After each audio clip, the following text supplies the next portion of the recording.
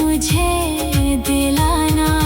आखिरी सांस तक भी ईमान सलामत रखना। लब पर नात जारी, दिल में मोहब्बत रखना।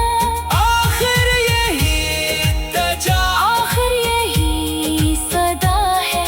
मेरे आका की मोहब्बत मेरी सबसे बड़ी दुआ है। मेरे रब की रहमत हर दम मेरे साथ रहे। मेरे आका का जिक्र दिल में हमेशा रहे। हर सुबह नूर लाए, हर शाम चैन लाए। आपकी याद आकर हर गम को दूर भगाए। रहमत के ये लम्हे मुझ पर भी साया करे। मेरे सब गुनाहों को रब तालिया मुआफ करे। मेरा दिल हमेशा नाते ही गंगनाए।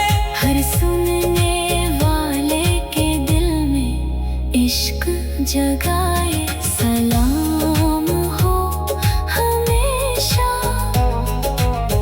मेरे प्यारे आका पर। रहमतों से भरा हुआ आपके सब उम्मतियों पर